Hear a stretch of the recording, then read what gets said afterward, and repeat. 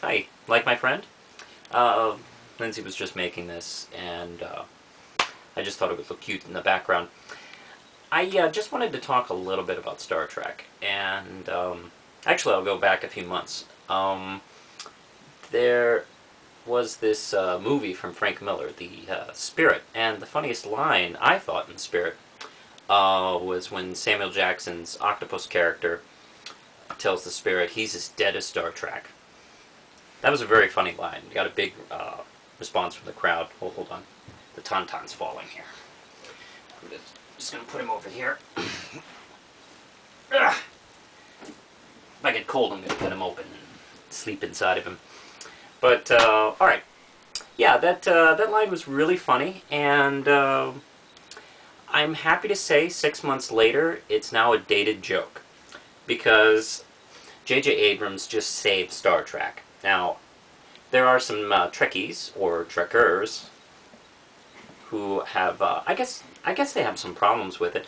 I've heard people even say, oh, this isn't Star Trek, this isn't Star Trek at all, it's just some space show, they just named Star Trek for the marquee and blah blah blah. The sad thing is, there's been so much bullshit and PC nonsense added to Star Trek over the years that these Trekkies obviously don't recognize the original storyline. Allow me to explain. Star Trek, if you really watch the original show, was pretty much kind of an optimistic sort of new frontier cowboy show that Roddenberry imagined, with kind of an optimistic view of science fiction, and opposite to, let's say, Twilight Zone, which usually had humanity on the losing side against brilliant aliens and nuclear war and just, not winning. I mean, every other episode is humanity being destroyed because we are like the amoeba to them. Fuck you. I'm more evolved than amoeba. And Roddenberry also thought that too, which is why his stories usually had people overcoming great adversity, and they were also fun. It was also sexy, and I seem to remember an episode of Star Trek where it's just a small little moment where Kirk is on the bridge, and he's tired, and one of the female ensigns just walks up and gives him a back rub. And yeah, I can't see that ever happening on Next Generation and Voyager and DS9. And that's the thing. I don't know if I guess I'm a big Star Trek fan. I used to watch mainly the original show and Next Generation. Then I got bored of DS9 and Voyager, and I didn't even bother watching Enterprise. And the last couple of Star Trek films were a little boring, frankly. And, good lord, I don't know where it happened, but I'm trying to figure out what sabotaged Star Trek. I think it was this... I think maybe it was Rick Berman, maybe plus the fans, that there was this feeling that, oh, this is an important show, and we've always had important messages, and that seemed to take precedent over just telling a good story and having fun with characters. And I think that's what eventually just killed Star Trek. And what we have now is Abrams. Maybe it's good that he wasn't a huge Trek fan going into this, because he did pretty much what Moore did with Battlestar Galactica, is he peeled away all the cheesy TV crap that's kind of added to it, and just really got into the core of what this was. And thankfully, he didn't just try to make it dark. He went for the optimistic, really swashbuckling kind of style of the show. I don't want to give away too much of the plot, but essentially it does go back, and it is sort of a revamp. And what's interesting is Star Trek is probably the most like comic books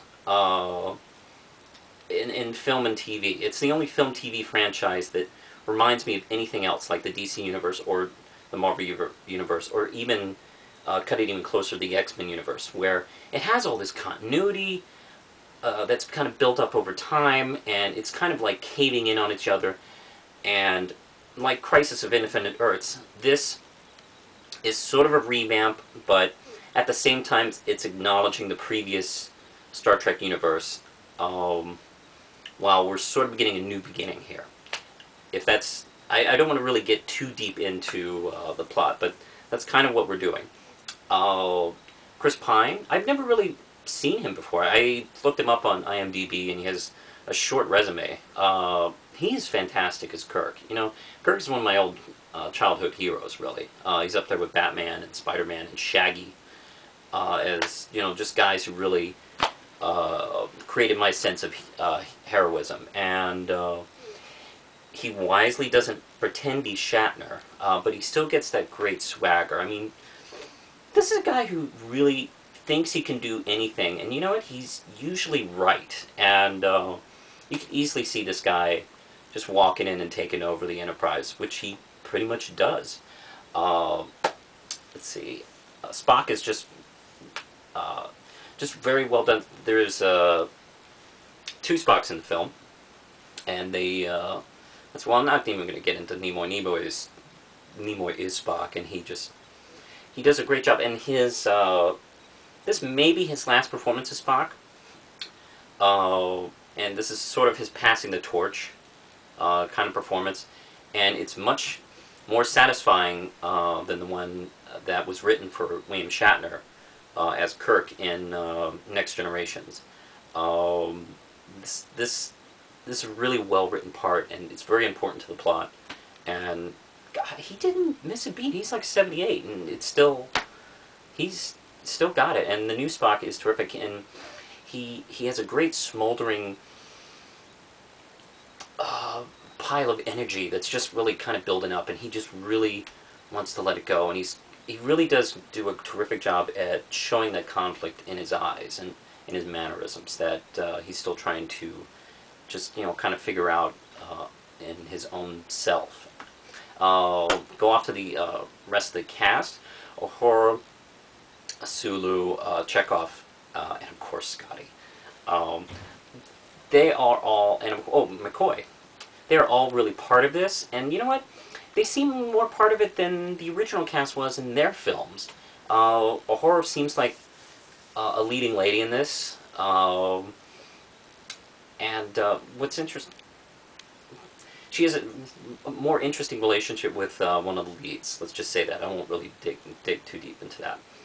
But it's very believable, and it really kind of catches you off guard, and it's a terrific little moment. Let's see, and the effects too. I really shouldn't really talk too much about the effects. Special effects should look good, and that's it. It's great.